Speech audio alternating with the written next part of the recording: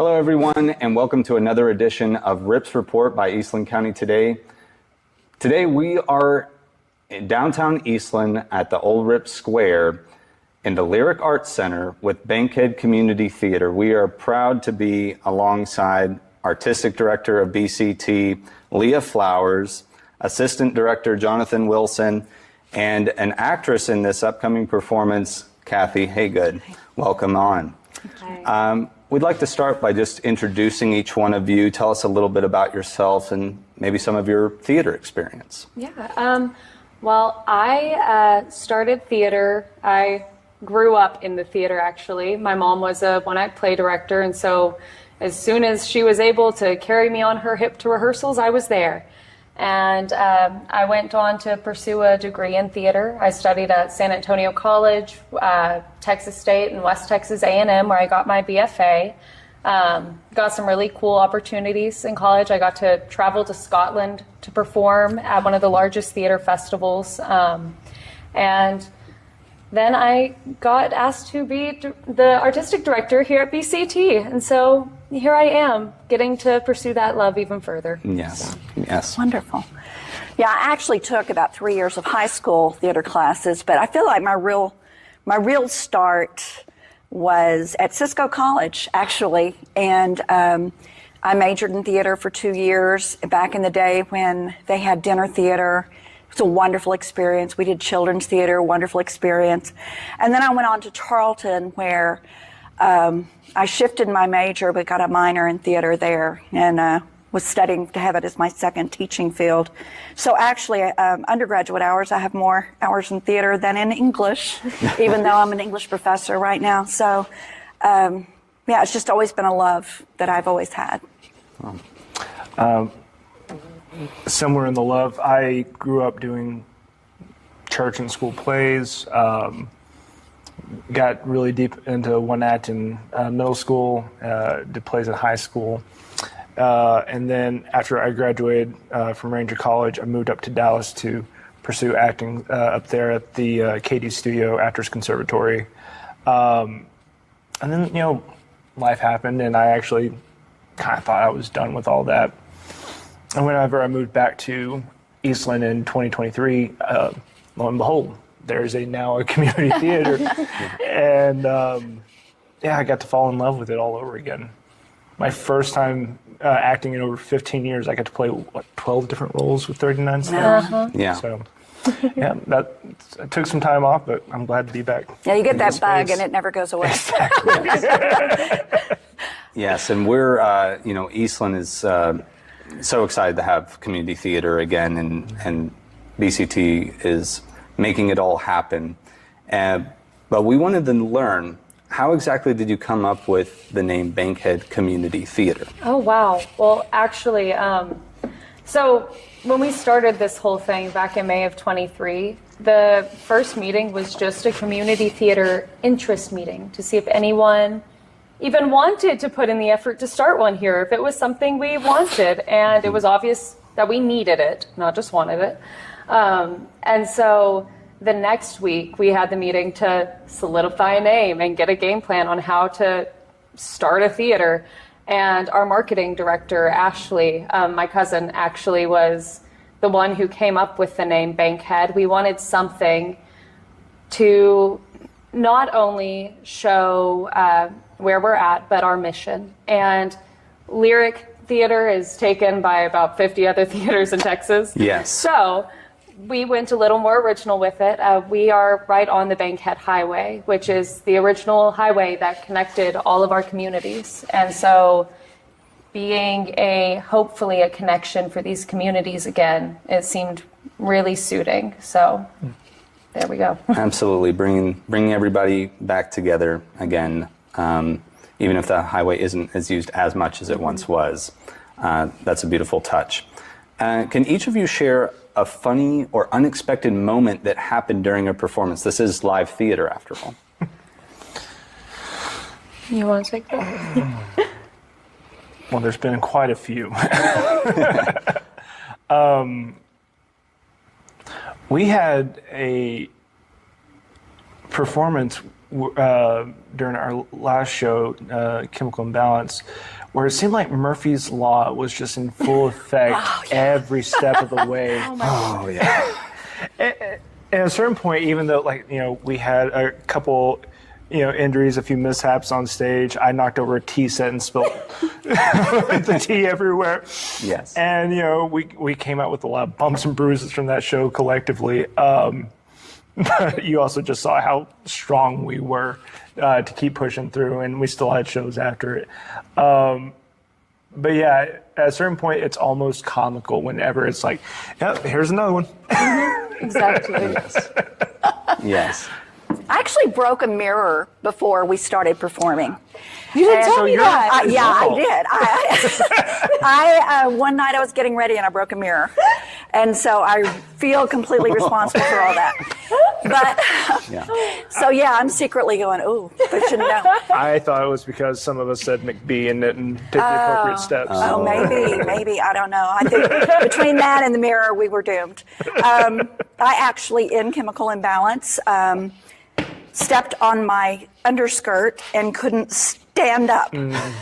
And Shelby was playing Ambrosia, was saying, "Come on, get up!" And I'm like, I can't do it. I can't move. Wow. Yeah, it was so embarrassing and so awful, but As the director, I don't know half these things are happening on stage. I'll be sure to clear it off. Honestly, barely noticed the tea set when that happened. Yeah. I will say the one thing I have really noticed was in one of our first production. It was our actual first production here in the Lyric, and if you don't all know at home, Levi here that's interviewing us is also one of the core members here at BCT. And he was the lead in 39 Steps. And there was a scene where we had to line up the projector and Levi had to dodge an airplane that was flying through the air on the projector. But for some reason, it was our first show, so technical difficulties were happening. And every night, except for the final night, we finally got it the last night. But this man is running and dodging through nothing. And a plane comes on 10 seconds later and starts swooping at him. And it's wonderful. It worked. He did a great job. And I could tell what was happening if the plane was there or not. But it was a bit of a funny issue to be happening. Well, I had no idea, a brief moment on that. I wasn't able to see behind me at all during any of that. So I had no clue till after the show was already run its course that even happened. It was crazy. So Dodging the drugs. yeah, I was like, okay, they made a change, or I don't know. I'm just I'm in the moment. I'm this guy. I'm Richard Tenay or whatever. So Can I add one more quick one? yeah. Still Magnolias, whenever we accidentally played the intro for That's on me. 39 Steps. Well, you didn't know that. I didn't know, but Well, yeah, and then we're hearing, this show includes machine gun fire, use of a fog machine. that movie. yeah. We were like, Wait, that's simulated not steps. still And we were Magnolia. like, this is not the right show. And this says the 39 steps. We're like, we're performing Steel Magnolias. That was the wrong intro. Yeah. That was mostly on me right there. But yeah, I was the sound designer for that show. So, but it didn't happen again. Yes. But you never know, and that's part of the beauty of live theater is just you never know what's going to happen, and every night is going to be different in some way, shape, or form. So, with that being said, can you tell us about what we might expect, minus these random things that could happen? What can we expect with this upcoming production of And Then There Were None by the world's best-selling mystery writer, Agatha Christie? Maybe a brief synopsis of the play and the basic information about it? Yeah, so And Then There Were None is a murder mystery by Agatha Christie. It's one of her most famous novels. However, she did rewrite the ending whenever she adapted it into a play. And so, if you've read the novel, you still don't know the ending. It's still a mystery to you. Come out and see it. But it's a very beautiful play, kind of dark in some ways. Of course, it's a murder mystery, but it has its light moments. But it deals a lot with human nature and about how all these people can be connected in some way, shape, or form. And it's a very tragically beautiful play with a little bit of hope at the end. So, Very good. What about, what would you say the age range for this show is? I know it's a murder mystery, but what would be maybe a good age range if people with families? And stuff? I look at this show and know that this is easily a show that my mom would brought me to when I was 7 years old. That being said, it's definitely probably falls in the range of PG-13, but bring the family out, with discretion. Just know, some sensitive subject matter, but nothing to where I would not bring my own kids if I had them to this play. Yeah. Especially if they love the theater. Yeah. It is a great show. Yeah. It's a wonderful show. Yeah. Very good. And when dates and times, I know we're looking at April 24th through 27th as our performance dates. Maybe tell us a little bit about the time. So doors open at 6:30 on show nights, and we start our play promptly at 7:30 every night, except for on Sunday we have a matinee at 2:30. And on Saturday, we also have a sensory-friendly performance at 10 a.m., which is a really great thing that is a great service for our community. So if you'd like to support that, come out for that. Yes. And the Saturday evening one is also an ASL interpreted performance. Oh, wonderful. Yes. So. Yeah, that's a great addition, great benefit to our community, having those opportunities available. And it's going to be right here at the Lyric Arts Center, downtown Eastland, here at Rips Square. And ticket pricing, I think we're looking at, we still have pre-sale available until the 13th at $13, and then it's going to go up to $16. So get your tickets now. And then maybe talk a little bit, what about groups and maybe organizations that want to bring the whole gang together? Of course. We have a group rate actually for any organization or business who wants to bring in a whole lot of people. So that being said, it's not for people with just big families like my family who would bring 30 people. So you do have to be with an organization or something, but it's 10 or more for group rates, and those are $10 pre-sale per ticket and $12 regular price once pre-sale ends. So if you would like group rate tickets, email us at Bankhead Community Theatre at gmail.com, and we will hook you up with those. And that theater is with an R-E at the end. Yes, Remember it that. Why should people, maybe each one of you talk about this, why should people come to this play and then there were none? Maybe start with you, John. So it's never not engaging. Like, you read a script and sometimes they're like, I can't wait till we're to this part. That's a really good part. But this one is it's entirely engaging all the way through. And we've got a really good cast. I'm so impressed by the turnout we had for this one. And it's going to be a beautiful thing to see the finished product on. It's magic. It really is magic. And the set is going to come together so wonderfully. I can already see it. You can't, but I can. And then, and like Johnathan said, the cast members are just so wonderful. And in fact, there's just so much talent there. It's unbelievable. Yeah, right here in Eastland. And Kathy said a really beautiful word right there. She said magic.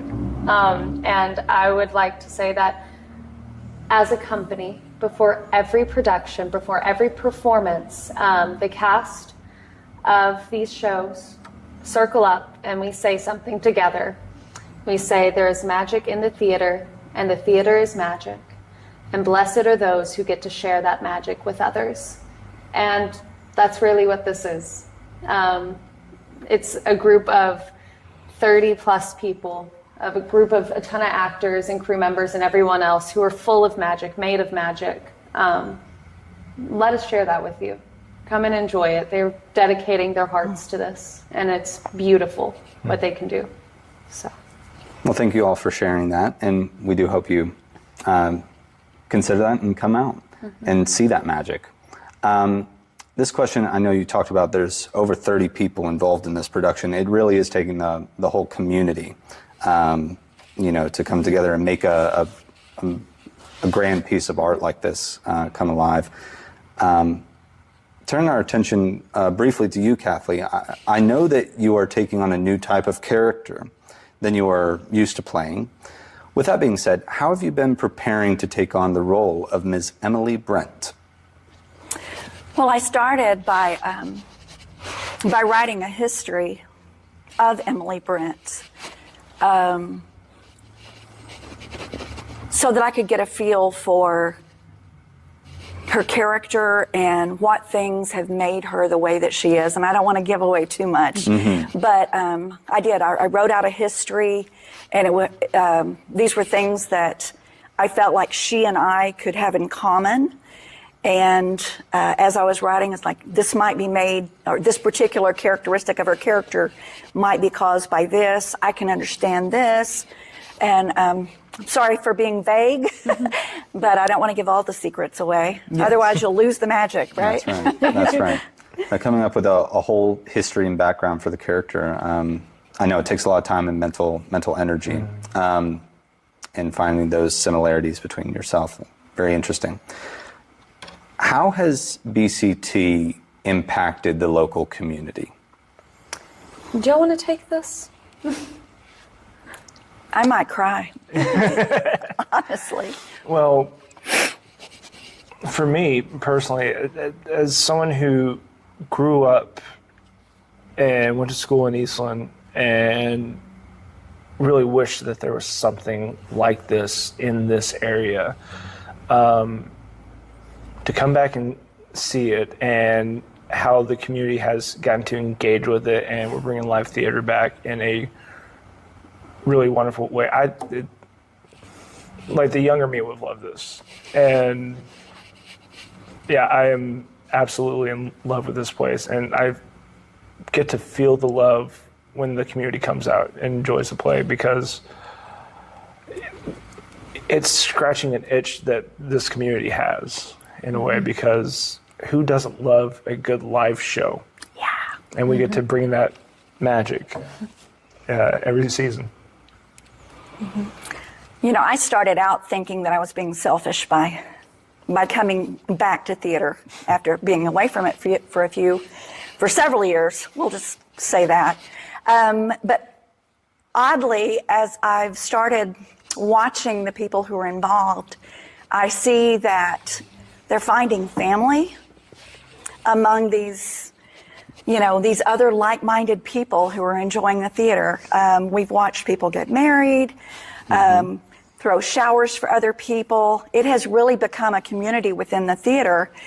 And one more thing that I've got to say with maybe not crying, I have a brother who is mentally handicapped. My older brother is. And I brought him to a sensory-friendly performance. And it was amazing to see that they had a whole question and answer session for this group of people who've been marginalized through the years, and that they were allowed to ask questions and that they were truly heard. Yeah. That is community. And that is, I was naive in thinking I was doing this for myself. This is community work just like anything else. And we've made a big difference, and we're going to keep going. Yes, ma'am. Well, that ties in very beautifully to my next question. I was surprised to hear during, Leah, your last interview with KATX Radio that BCT is the only theater in Texas consistently providing sensory-friendly performances for each production from now on, and this show. For our audience at home that doesn't know what a sensory-friendly performance is, could you please elaborate on what attendees can expect? Of course. Sensory-friendly performances are meant for anyone with sensory sensitivities for any reason. And it's really just a safer way, a more comfortable way of enjoying the theater if you have those sensitivities. So when we come in, or it actually starts a week in advance, we post character stories on our website with pictures of the actors in costume with their character name and a short description, so people can start to read about it and get an understanding before coming into the space. And we post pictures of our space, so what the outside looks like, what the ramp looks like, where the bathrooms are, and where our spaces are, and everything like that, to make it a welcoming and easy environment. So there's no anxiety tied to it being new, or at least to reduce that anxiety. Yes. And then in the space, we keep lights dimmed during the performance, so people can people are more than welcome to walk around, speak a little if they need to, enjoy it how they need. We spread out the chairs, so we're only at 80% capacity that morning. So if you want to come to that, get your tickets early. But that way it is an easier access walking space and everything else. We do have our concessions run normal that morning, so that's fun. And then a couple of other things for it that take place on the stage. Before the show, we do a little pre-show where our actors come out and introduce themselves and tell you what character they're playing while in costume. And then we do a run-through of any loud noises, any sound effects that could be startling to audience members. We go ahead and broach those and let everyone hear those. And then during the performance, I sit up front and I raise a little glow stick whenever those are happening, so we can be prepared, or prepare how you need to for those effects. And then there's also, before show, we have a combat run. And so if there's any kind of combat on stage, it's done. Those moments we pull out and do before the show, so people also don't have to worry in the moment if someone's actually getting hurt. They can just immerse and enjoy the show. We do the same with weaponry and walk you through it. Once again, just to make everyone as comfortable as they can be, so that when they watch this show, there isn't a lot of anxiety around it like there typically would be. And then we also have a talk back afterwards where I don't really time it. It's just however long we need it to go. And we bring out the cast and the crew, and we all sit on stage and we do a Q&A with the audience and answer whatever questions there are. And which is also a really beautiful space to get to experience. It is. To get to educate people on theater a little bit, but also not only is it a great opportunity for the audience to get to speak and get to give their opinions and their thoughts on things, but also for these actors and the crew members to get to talk about the work they've put in. It makes it feel just a little more special to get to answer questions that people have. So. Yeah. Wow.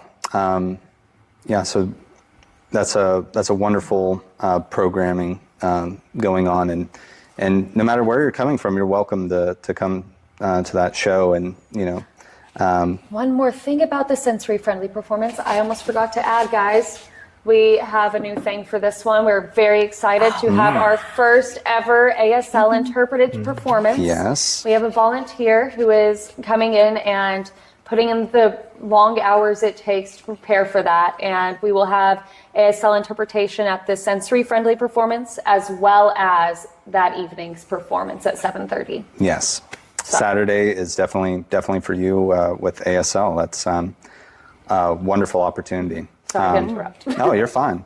And I know that starting a community theater, this theater's been around a relatively short period of time, but BCT is doing a lot of work in that time. And it comes with many challenges. One of those is a financial challenge. What are you needing help funding at this time, and how can people donate towards those costs? Right now, we need funding for our current show. I mean, we have a budget for it, but our budget here, we are a nonprofit. We have the budget for this show, and that's about it, and so we don't have a lot of wiggle room. So it would really help to have some extra funding to get costumes covered and finish out our set and things like that. Other than that, we are looking for donations for our seat risers. We are really looking to get some seat risers in the space. If you've been in the space, it's not quite ideal yet. We're starting out here for large audiences. So we're hoping to elevate our audiences and get portable risers in here. That way we can move them around and utilize the space in many, many different ways. And that will also give us access to doing musicals, which is something our community has been honestly begging for since we started this. And we practically can't do it in the space yet. And so as soon as we get risers, guys, as soon as we get risers, we can do musicals in here. So donate online at lyricartcenter.org or contact us through the website or on Facebook at Lyric Arts Center or Bankhead Community Theatre if you would like to volunteer or make any contributions. So Awesome. We're reaching towards the end of our talk today. But since this is the RIP Report, we have a few fun questions for y'all, inspired by Old Rip, the legendary horned toad. Who or what would you like to rip a new one? We'll start with you, Johnathan. I'd really like to rip into a unopened bag of Zapp's Voodoo chips. They are far and away the best chip ever created on God's green earth, and I will rip into anyone who wants to argue that point with me. Lovely.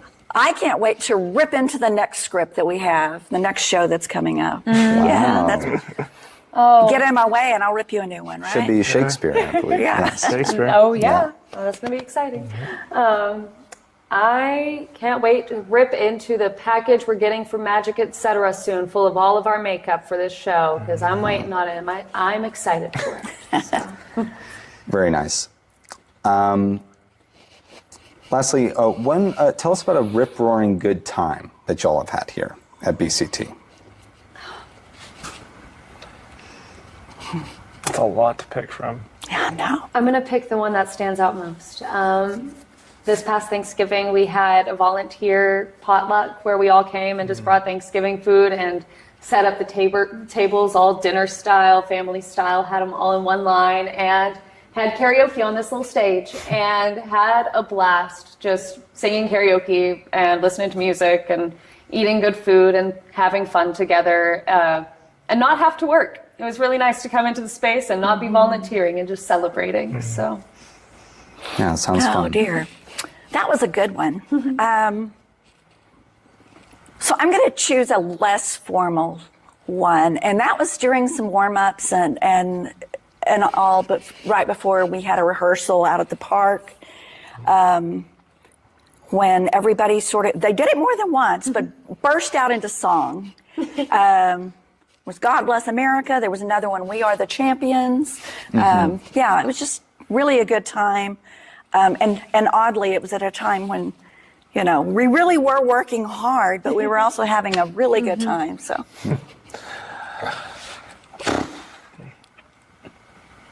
Because it's always fun, right? It is always fun. There was something really cool about when we were acting in Shakespeare and we're, setting up essentially a camp. Yeah. At the old zoo trails. I mean, we've got our tent set up. We're all working in coordination with each other. There was a very whimsical feeling about that. Very, almost like you're at Ren Fair or something like that. Like it felt like a real acting troupe out and about. It's that was a cool time. It was hot. Very sweaty, but very fun. Yeah. Well, thank you very much for sharing. And we want to thank you, Leah, Kathy, and Johnathan, for taking some time out of your busy day here at the Lyric Arts Center to talk about Bankhead Community Theatre's upcoming production of And Then There Were None by Agatha Christie. And thank you again for your continued support for local theater in Eastland County. And those of you at home, if you've enjoyed this interview, please like and share with your friends and leave us a comment below with your thoughts and maybe who you would like us to see next. Any comments are welcome. Once again, this is Levi Freeman with Rips Report by Eastland County Today. Until next time, stay ripped.